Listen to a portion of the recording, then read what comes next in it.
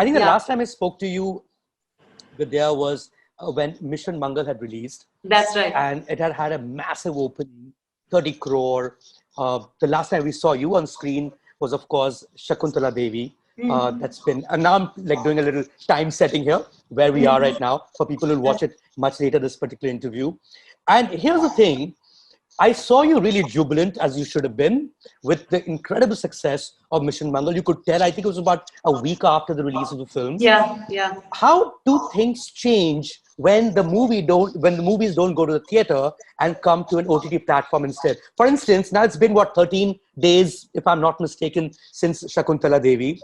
Day Yeah. one, everyone's talking about it. Day two, everyone's talking about it. Do you think it doesn't have that longer tail as against a movie in a theater? To the contrary, Okay. because there are still people watching it, and there are people watching it repeatedly, and there are people messaging me repeatedly.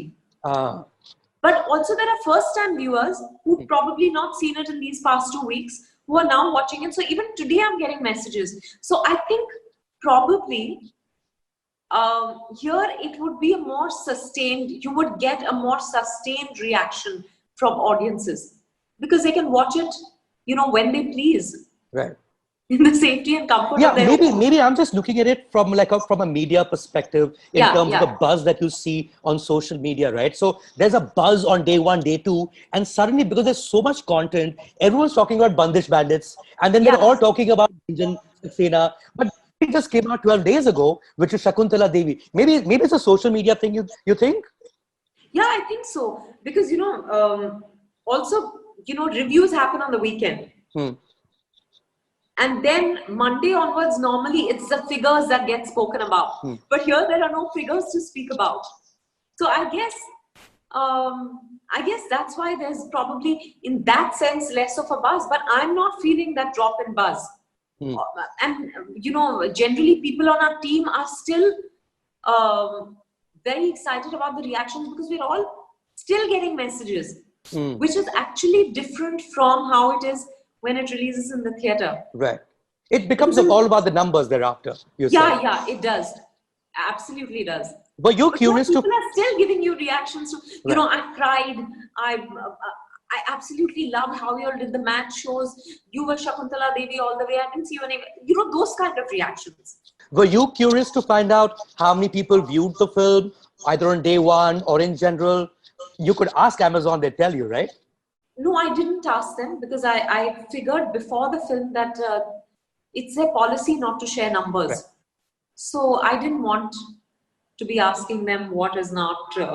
but in terms of a buzz, does it feel like as much of a hit in terms of the kind of responses you got for Mission Mangal? Because that was your biggest hit ever, if I'm not mistaken, right? Of course, absolutely.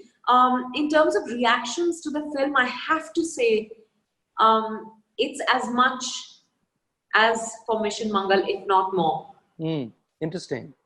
Also, because here, it's about a real person. They're also watching the film and then Googling her, people who are not familiar with her. Even people who are familiar with her are doing that, and then they're also writing to me saying, I saw this show and, this was in the film, right? And then all sorts of things, that, now I can see you've got her mannerisms.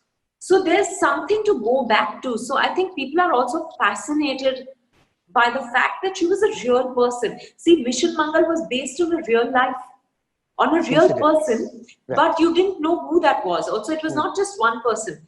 The personal life was fictionalized. But here's the thing, Vidya, speaking of the person, and I'm just going to take a few reactions that came right after the release. One reaction was from some people who had met Shakuntala Devi, and they felt that while she was funny and all those things, in real life, she was actually not a boisterous person. Is that something that you came across even during your research? Not at all. Okay.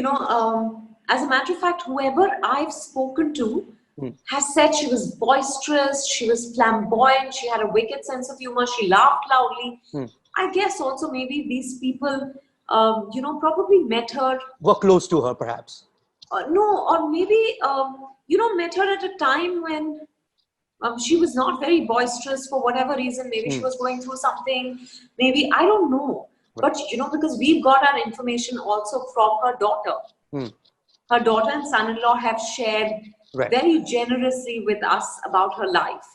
And of course, we had access to videos and we've read articles about her. So, I don't think it would be possible to satisfy everyone's perception of her.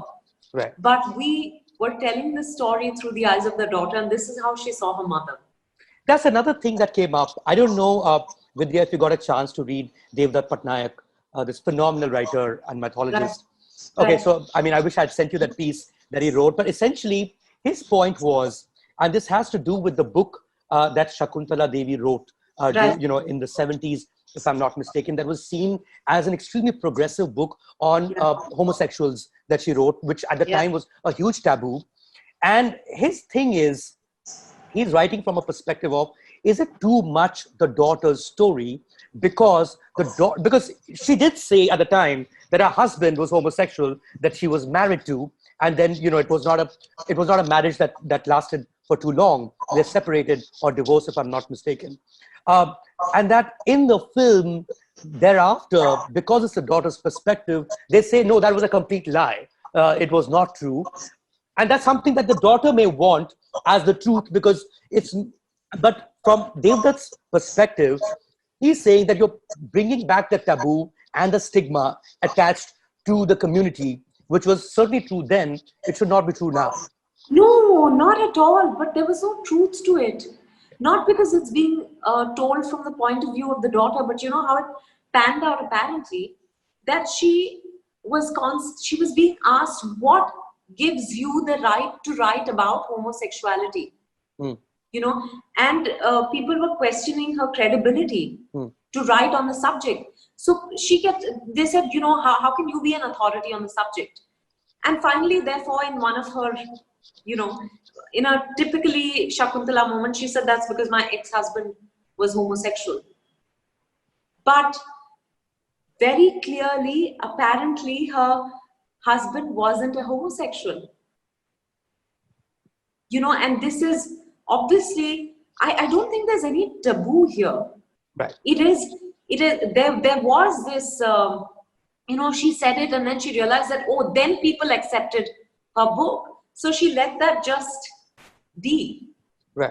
She was also a very impulsive person. She could be petulant and she could be, I think there was, if I may say so, there was some stress between them because of the divorce they'd been through and all of that. So, of course it's being told through the point of view of the daughter, but this is the truth. So it's not wanting to tiptoe around the issue or, wanting to deflect it. I don't think I for one would not be comfortable doing that. And honestly, Shakuntala Devi's daughter has been very, very transparent in talking about her mother. Why would she do the same with her father? There are lots of uncomfortable truths. Even in acknowledging that her mother said this, it's not easy to talk about, the fact that your mother just said this on a whim. But I think she's been very, very honest. And there's, I don't think there's any, wanting to shove things under the carpet or anything of the sort. Subscribe to Midday India. Get direct notifications on all our videos by clicking on the bell icon.